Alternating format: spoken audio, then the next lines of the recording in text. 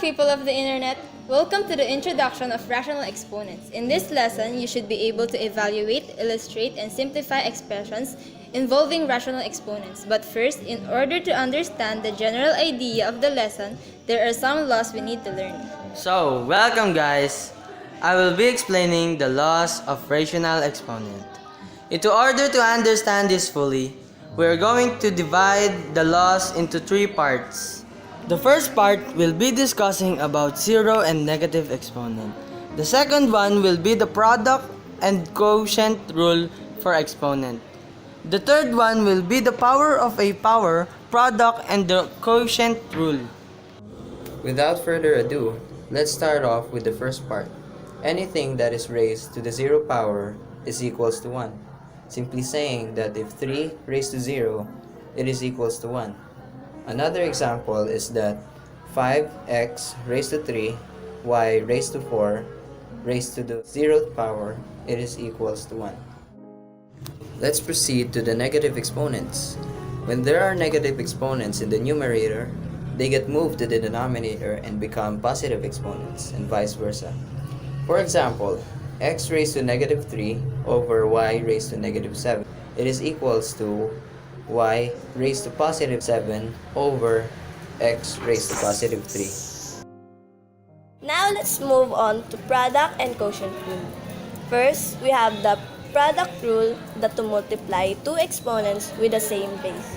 You keep the base and add the powers. For example, y raised to 4 times y raised to 9 is equals to y raised to 13.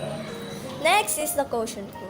To divide two exponents with the same base, you keep the base and subtract the powers. For example, x raised to 5 over x raised to 3 is equals to x raised to 2. Now, for the last part are the powers of a power, product, and quotient.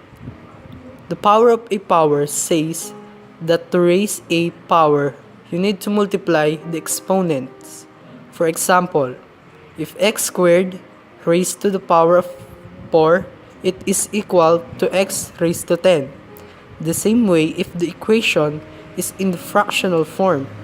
For example, x squared over y raised to 5 raised to the power of 4, it is equal to x raised to 4 over y raised to 20. Now that we have learned about the laws of rational exponents, let's carry on to the main lesson and welcome our discusser. Thank you for that warm welcome. Let me introduce myself. My name is Erica Garcia and let's dive into the wonderful world of rational exponents. This symbol symbolizes one number, which is the square root of a. For example, the square root of 4 is equals to 2 because 4 is equals to 2 raised to 2.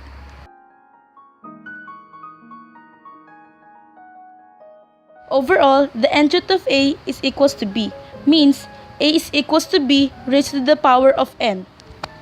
We see that if the index is odd, then the radicand may be not negative. But if the index is even, the radicand may not be negative, for example as written. Let's start evaluating these two examples. First, we have 64 raised to 2 over 3, and rewrite this example into simpler terms. Let's evaluate the radical in the exponential form. And for our last example, we have a raised to 1/2 over a raised to 3 over 2. We will be using the quotient rule for the exponents. Now we have left with a raised to negative 2 over 2 or a raised to negative 1. Since we have a negative exponent, we will be using the negative exponent rule. So our final answer is going to be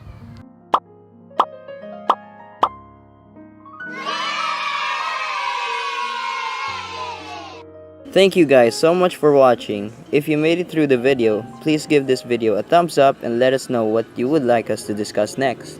That's all for now, and we'll see you soon.